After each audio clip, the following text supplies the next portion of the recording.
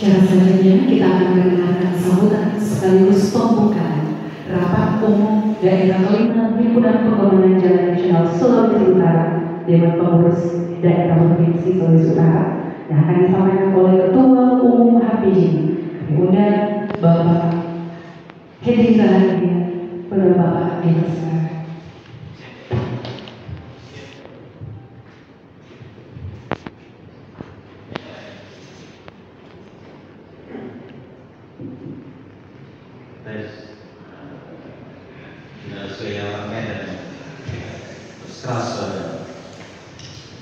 Baiklah, assalamualaikum warahmatullahi wabarakatuh. Salam yang menghormati Pak Audi ya, kita doakan semoga beliau cepat sehat kembali dan keadaannya sakit. Dan diwakili oleh senior kita ya, Pak Billy, terima kasih. Ini veteran masih semangat luar biasa ya Pak Billy. Di sini juga ada Pak Sekung, Pak Edi Gangga, kemudian Pak Baik, Pak Adiana, terima kasih terutama kepada Pak Rahmat yang penelitian. Ya, karena masih jadwalnya mundur-mundur kan, karena jam 2, jam 3 juga. Ya kan, dan akhirnya kita rapat di sini dalam keadaan sudah untuk semua yang kita tahu ini. Semoga bisa cepat, mengajar gitu kan. Jadi kalau berdasarkan proses dari itu, alhamdulillah kita adakan Bapak Ibu daerah. Bapak dan Ibu sekalian, memang HPJ ini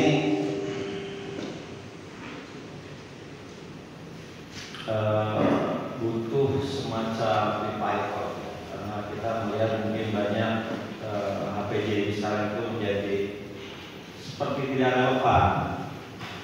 Ya.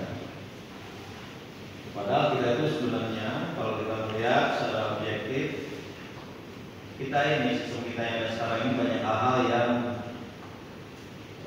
istilahnya tidak berjalan secara keseluruhan. Saya maksudnya itu begini. Kita ini kan sekarang sudah biasa ya, apalagi yang teman-teman yang di manapun lah, yang di pemerintahan, di dinas, di balai. Kita ini kan seperti pemadam kebakaran, gitu ya. Sama longsor. Perbaiki, banyak berbuat ambil sana segala macam selesai nanti lupakan. Ini kalau dulu itu ada buku namanya apa itu Pak Sekung ya. Yang nulis saya kan Peter Kopi. Peter Kopi itu Peter Kopi. Ada yang bahasa juga ya. Kenapa saya bicara begini? Karena sekarang ini di bidang kelembagaan, litbang ekselon makin besar, betul kan? Standar kita kan 8 ton, kebanyakan 8 ton. Ya, karena yang 10 ton itu adalah hanya jalan-jalan, istilahnya dulu adalah jalur kontainer kita sebut. Ya kan? Jadi sebagian besar itu sebenarnya 8 ton dan kemarin kan sudah keluar Kepmennya kan? Ya, Kepmen itu juga tertunda cukup lama ya, sehingga kita sempat kritik teman-teman di perhubungan bahwa mereka susah menindak kontrol karena nggak ada dasarnya, kelas jalannya nggak ditetapkan. Ya kan, kita menghadapi tenaga mesin yang makin besar sehingga bisa mengangkut lebih banyak dan akibatnya bebannya ekselonnya lebih besar, yang kita sebut sebagai overdimension, overloading. Ya kan? Terus apa sekarang respons kita dari segi teknis teknologisnya? Ya kan? Kita juga menghadapi tantangan yang luar biasa ya. Kemarin Pak Presiden itu kan sering sebenarnya mengkritik PU, cuma saya kata teman kita ini menyadari apa enggak? Karena ekor kita itu tinggi dan beliau menyalahkan infrastruktur itu. Ya. Incremental capital output ratio itu tinggi 6. Ya, artinya untuk meningkatkan pertumbuhan ekonomi yang sama, kita itu butuh dibanding Malaysia yang 4, artinya apa? 30% kita harus invest lebih banyak untuk memastikan peningkatan pertumbuhan ekonomi yang sama dibanding negara-negara tetangga kita yang berada di angka sekitar 4. Makanya dalam bahasa beliau disebutnya kebocoran, bukan kebocoran. Ini inefisiensi, pemborosan, ya kan? Dan yang sering disasar adalah PU. Itu sebabnya beliau begitu mengatakan motong, yang motong pertama adalah PU. Dan orang PU nggak ada yang reaksi, nggak ada yang merespons itu. Kita bisa debat soal itu, bahwa itu tidak sepenuhnya tepat. Karena apa? Karena yang investasi itu PU itu hanya paling 120 triliun, ya. Padahal yang namanya infrastruktur aja keseluruhan 400 triliun. Jadi kita hanya 20% dari keseluruhan infrastruktur termasuk telekomunikasi, kereta api, pelabuhan, apalagi listrik, dinamit lah ya, banyak infrastruktur itu. Ini belum lagi investasi yang non infrastruktur. Jadi sebenarnya PU itu kontribusinya sedikit.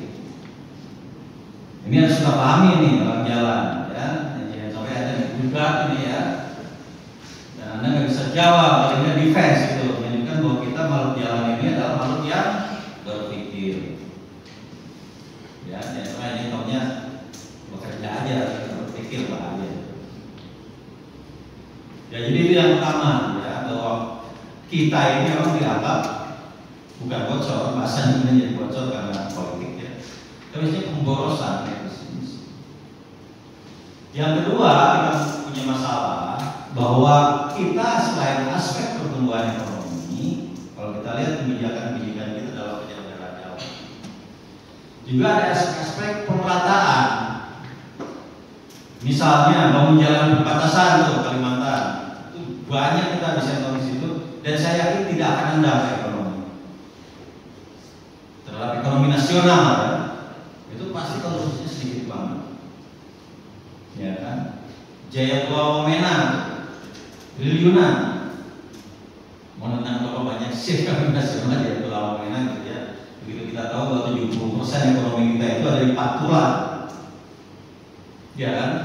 Nah, jadi hal ini bahwa kita tidak hanya fokus kepada pertumbuhan, ya, karena ada aspek pemerataan. Kalau pemerataannya diperhatikan, negara nggak hadir dong di banyak tempat.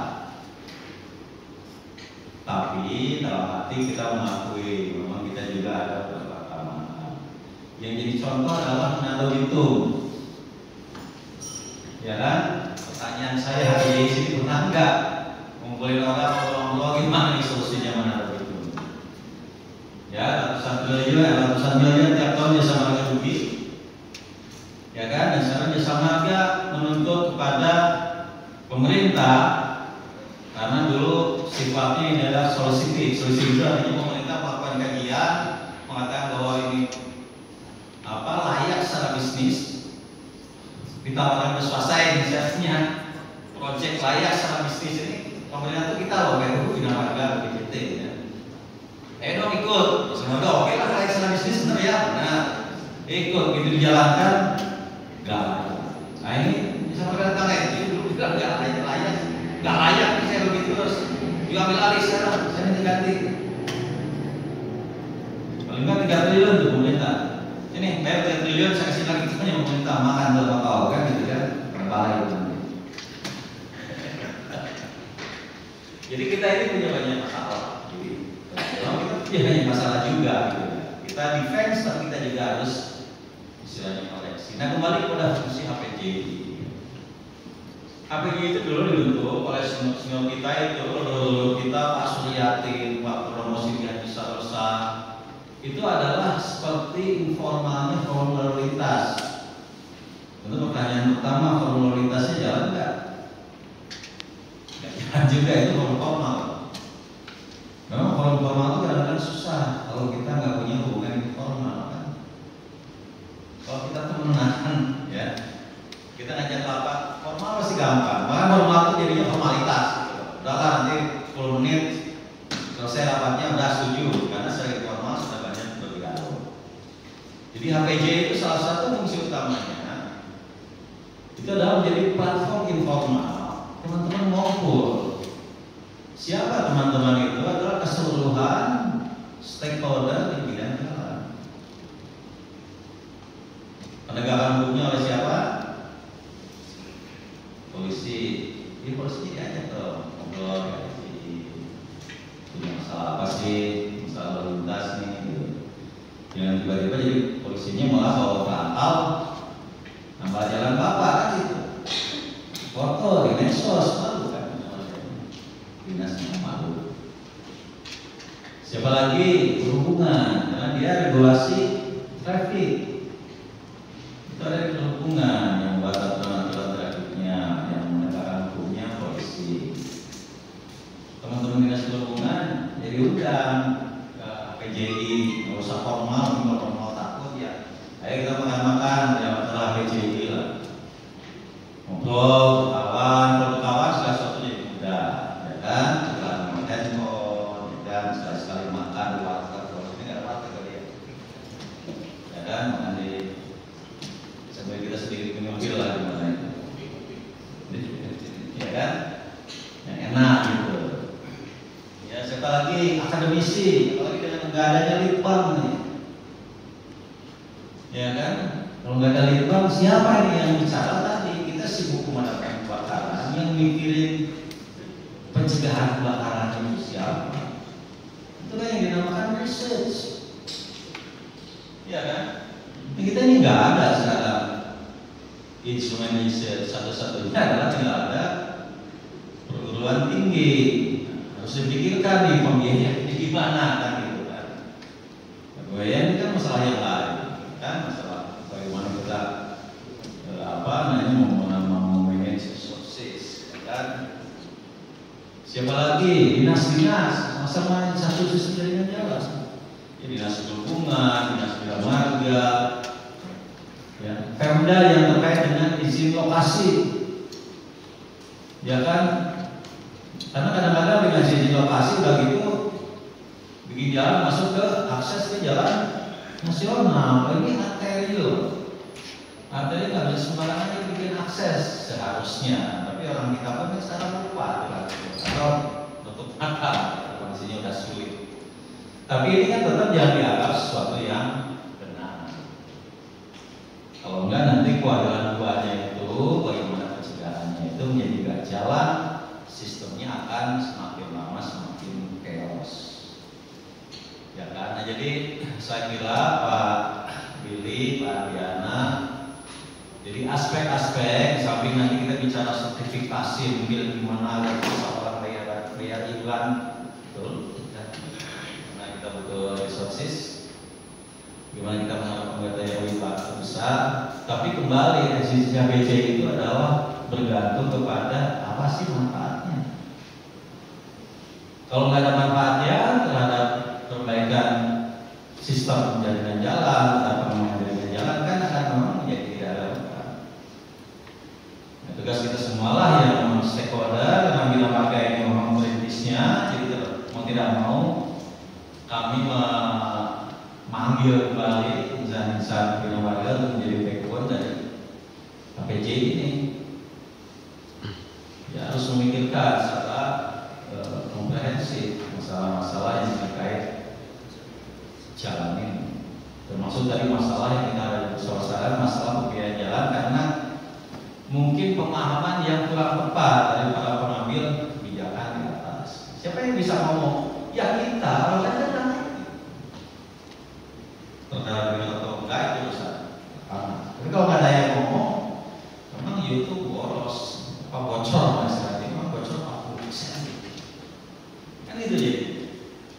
Karena nggak ada yang ngomong gitu ya. Belum apa yang dimaksud dengan bocor? Dari mana kesimpulan bocor kan gitu. Jadi hal-hal yang sifatnya yang lupa kita ini adalah organisasi yang sifatnya berbasis profesionalisme. Kalau profesionalisme itu underlying-nya adalah science and engineering, teknologi, ya bukan mistik, ya kan? Nggak gila-gila. Kalau kita bicara science artinya apa? Artinya segala sesuatu itu harus fact based, ya, berbasis pada fakta, itu disebut science. Kalau mistik nggak perlu fakta, kata orang ada kuntilanak di sana, udah kita percaya aja. Ngeri saya mau lewat sini ada kuntilanak gitu kan. Kalau science, cek monitor padahal nggak ada kuntilanak gitu.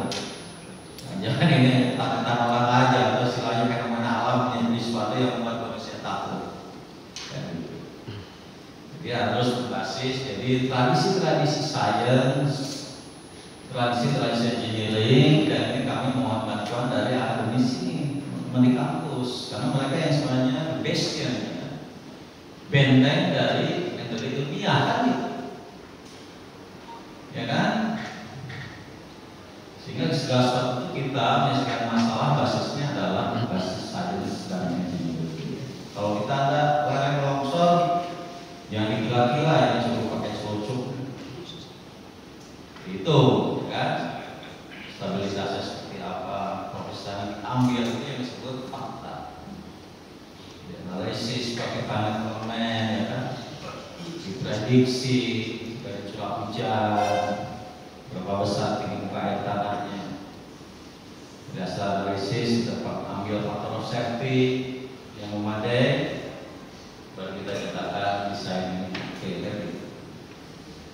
Jadi itu yang ingin saya sampaikan ya. Saya paham bahwa kita semua tadi kami semua makan dulu dan mengajak-ajak. Biasanya habis makan ngantuk gitu kan. Jadi saya lihat sih depannya ya. Ngantuk itu artinya RUB 5-nya kan lebih cepat ngambil keputusan. Kan gitu ya kan hikmahnya, kita ambil sisi positifnya.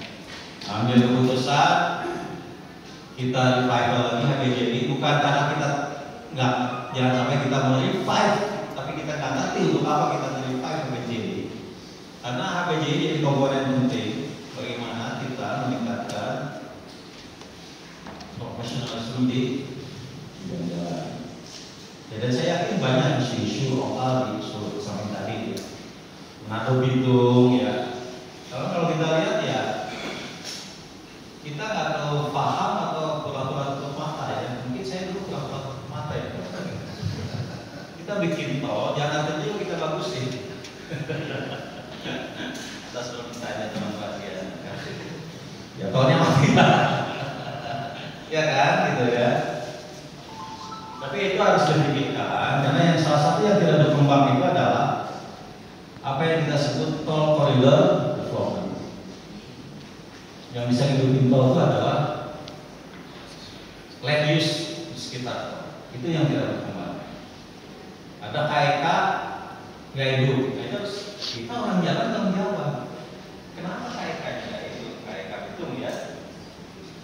Kenapa nggak hidup? Itu harus blow up isunya. Karena itulah feeding untuk tol Manado Bitung. Jadi kita jangan tutup mata tuh. Binamanya apa berdarah-darah di Sulutnya untuk apa namanya menjalankan tol itu. Dulu kita waktu saya masih aktif di Struktural mau negur rumput panjang aja gak berani. Kalau mereka rugi, ruginya panjang kalau rugi juga gitu. Dan ruginya salah satunya adalah karena kita sebagai regulator kan. Nah itu tadi studi kita ternyata banyak asumsinya yang akan terjadi.